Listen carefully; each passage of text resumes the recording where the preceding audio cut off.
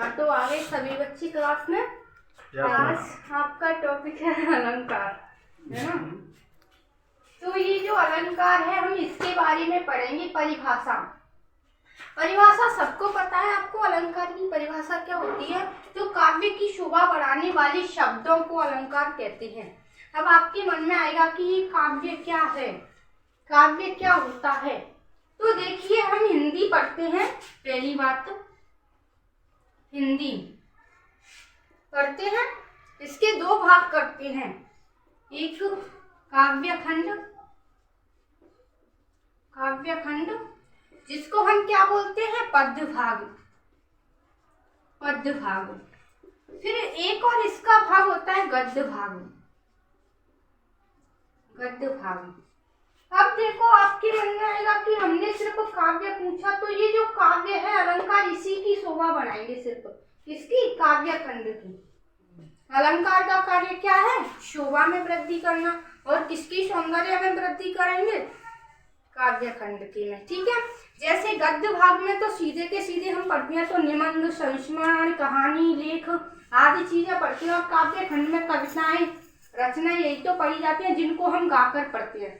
काव्य खंड हमारा गा के पढ़ा जाता है और जो गद्य खंड है वो सीधा का सीधा पढ़ा जाता है। तो उसी प्रकार अब आप लोग देखते हैं कि जो काव्य खंड है हमारा, इसको हम गा के पढ़ते हैं। आपको देखो प्रयोग करके देखना है कि कैसे अलंकार आता है, इसमें कैसे इसका प्रयोग होता है। तो पहले तो इसका शाब्दिक अर्थ समझिए, क्योंकि परिभाषा तो आपने देख ली। परिभाषा काव्य की शोभा बढ़ाने वाले शब्दों को अलंकार कहती है। और काव्य क्या है? हिंदी का खंड। जब आप आगे की क्लासों में बढ़ते हो, 10th क्लास की आगे, तब ये मिलती है 11th 12th लेवल पे, है ना। तो आप देखिए इसका शाब्दिक अर्थ।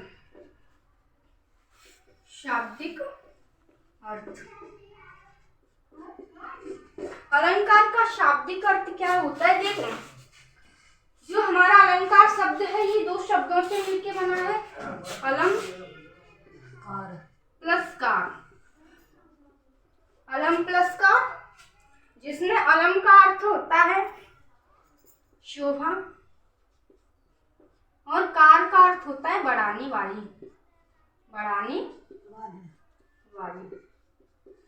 अलंकार का शाब्दिक अर्थ अब क्या बन गया? हमको शब्द मिल गया शोभा बढ़ाने वाली।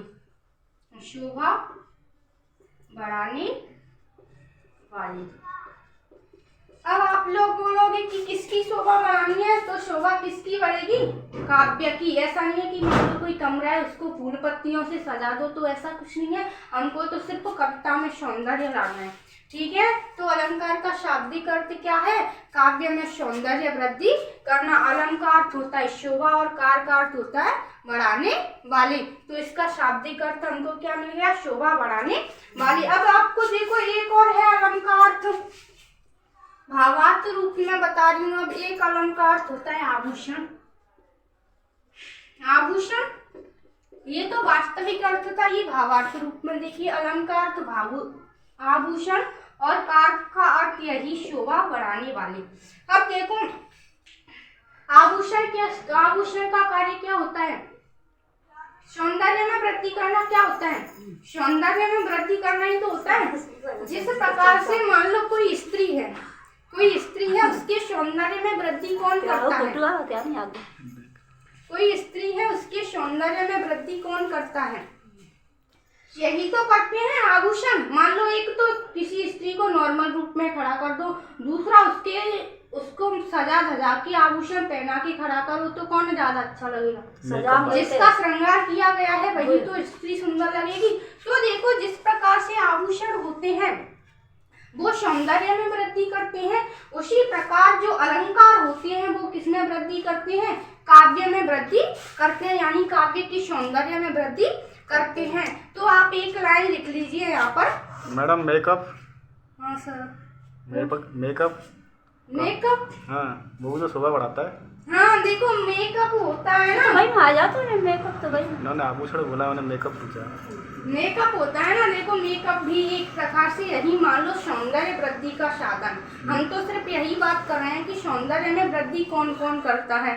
मेकअप करके भी सौंदर्य में वृद्धि ही होती है। पर ये तो काव्य ऐसा तो है नहीं, तुम क्रीम मॉडल लेके इस काव्य के सौंदर्य में वृद्धि कर दो है। इसमें तो शब्दों के द्वारा ही वृद्धि की जा सकती है, यानी जो शब्दों का संयोजन है ना वो उस तरीके से किया जाना चाहिए कि इस कविता में क्या आ जाए, पढ़ने में हमको आकर्षक लगे, वह कविता उस तरीके से वृद्धि होती है। और कुछ इंटरेस्टिंग कविता बन जाए। हाँ, इंटरेस्टिंग। अंग्रेजी में ज्यादा इंटरेस्ट है बच्चों को।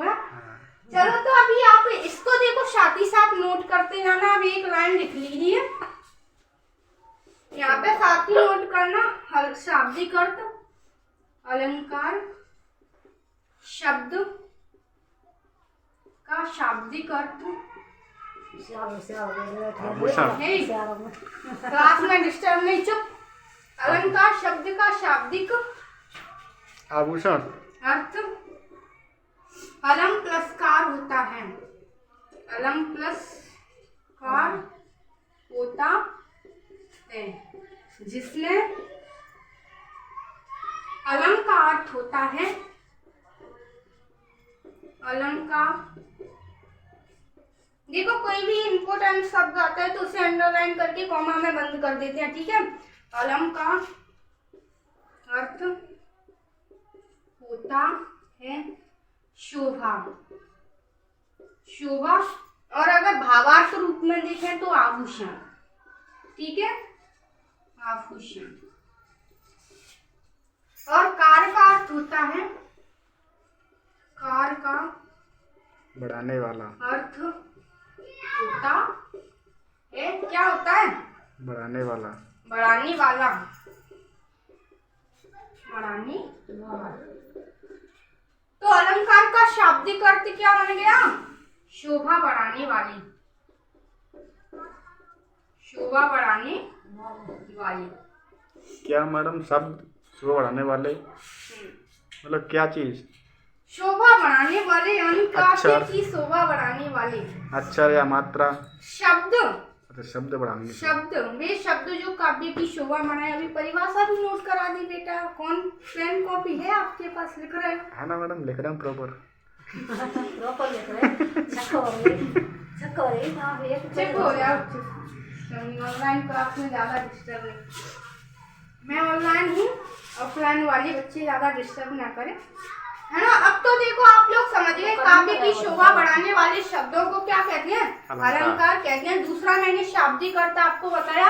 अलंकार शब्द का शाब्दिक अर्थ अलम प्लस कार होता है, जिसमें अलम का अर्थ होता है शोभा, और भावार्थ रूप में देखें तो आभूषण, और कार का अर्थ होता है बढ़ाने वाली, यानी शोभा बढ़ाने वाली। अब देखो ये तो काव्य की शोभा बढ़ानी। मैंने एक और बात बताई थी, आभूषण क्या करते हैं, स्त्री के सौंदर्य में वृद्धि करते हैं। उसी प्रकार जो अलंकार है वो काव्य के सौंदर्य में वृद्धि करते हैं।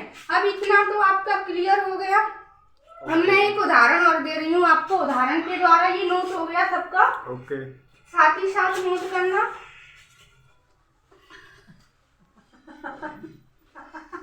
अब देख, हंसो मत, क्लास चल रही है, शांत बैठो, चुप। मैडम शांत तो इतना ना बैठा यार, सुनले सांसी आ। ऑनलाइन क्लास है बेटा, समझा करो। अब देखो उदाहरण देखिए अलंकार का। अभी मैं एक उदाहरण बता रही हूँ आपको। देखो मैं अभी एक उदाहरण दे रही हूँ, अलंकार का प्रयोग काव्य में किस तरीके से किया जाता है, ठीक है। गद्य खंड को हम काव्य खंड कैसे बनाते हैं। जो ये अच्छा ना उदाहरण लिख रही बेटा ये शॉर्ट में लिखा है, तुम उस पर ध्यान मत दो, टॉपिक पर ध्यान दो, ठीक है। तो देखिए, राम ने सीता के मुख की तरफ देखा, मुख की तरफ देखा। राम ने सीता के मुख की तरफ देखा। तो ये देखो लो, आप पढ़ के कैसा लग रहा है, काव्य खंड का या गद्य खंड का? ये गद्य का लग रहा है मैडम। गद्य खंड का ही है ना, क्योंकि इसमें ना तो कोई ऐसी राह है, ना तो कह रहे कुछ भी नहीं है, क्योंकि ना तो इसमें अलंकारों का प्रयोग है, ना तो इसमें। तो ये है आपका अलंकार का उदाहरण, गद्य खंड का ही लग रहा है, सीधी सी बात है। अब इसको हम किसमें बदलेंगे, काव्य खंड कौन से? काव्य खंड में बनाना है ना। अब देखो इसमें हम अलंकार का प्रयोग करते हैं और इसका सौंदर्य दुगना कर देते हैं। देखो सिया मुख शशि भय नयन चकोरा। सिया मुख शशि भय नयन चकोरा। कौन सा अच्छा लग रहा है? देखो पढ़ के। ये तो दो ही अच्छे लगे पहले का ज्यादा सिया मुख शशि भय नयन चकोरा। चकोरा जो अच्छा कैसे समझ में तो आया नहीं मैडम और तक। वो आएगा आपको। देखो राम ने सीता के मुख की तरफ देखा। हाँ फिर ये तो सीधी बात है, गद्य खंड का ही लिखा है। फिर हाँ। दूसरा लिखा है मैंने सिया मुख शशि शशि ऐसे पहला ही सही था। शशि सिया मुख शशि भय नयन चकोरा। ये खत्म। अब देखो इसमें अलंकार का प्रयोग कर दिया गया है ना। तो देखो इसमें हमने क्या बताया, सिया मुख शशि। अब यहाँ पे सिया मुख का मतलब तो क्या है, सीता माता का, सीता जी का। शशि मतलब चंद्रमा। अच्छा ठीक है। भय नयन, नयन मतलब श्री राम जी के नेत्र। हाँ। चकोरा, एक देखो यहाँ पे एक कहानी आ रही है आपकी इस पद में, कहानी बन गई है। एक जो चकोर पक्षी होता है वो क्या है, चंद्रमा के पास ही रहता है और उसको देखता रहता है। चकोर पक्षी किसको देखता है, चंद्रमा को देखता रहता है। क्यों? क्योंकि उसको उससे शीतलता मिलती है। तो इसी प्रकार जो श्री राम के नेत्र हैं वो किसके समान हैं, चकोर पक्षी के समान है। श्री राम के नेत्र किसके समान है, चकोर पक्षी के समान। और जो सीता माता का मुख है वो किसके समान है, चंद्रमा के समान है। तो यहाँ पे स्पष्ट हो रहा है कि जो श्री राम के चकोर रूपी नेत्र हैं वो चंद्रमा रूपी सीता माता के मुख को देख रहे हैं। सीता माता का मुख किसके समान है, चंद्रमा के समान, और उनके नेत्र चकोर के समान। तो श्री राम के जो चकोर रूपी नेत्र हैं वो सीता माता के चंद्रमा रूपी मुख की तरफ देख रहे हैं। तो पहली पंक्ति थी राम ने सीता के मुख की तरफ देखा। दूसरी सिया मुख शशि भय नयन चकोरा, यानी कि श्री राम के चकोर पक्षी रूपी नेत्र सीता माता के चंद्रमा रूपी मुख की तरफ आकर्षित हो गए, उसको देखने लगे। समझ गए? अब दोनों में पढ़ के भी देख लो और वैसे भी देख लो कौन सी पंक्ति अच्छी लग रही है। तो बढ़िया।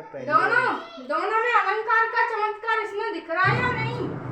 समझ में नहीं आ रहा मैडम, क्या अलंकार कहाँ यूज हुआ है?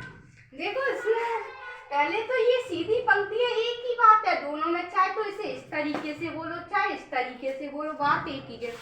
पर इसको अब हम गा के बोल सकते हैं, पर इसको हम गा के नहीं बोल सकते।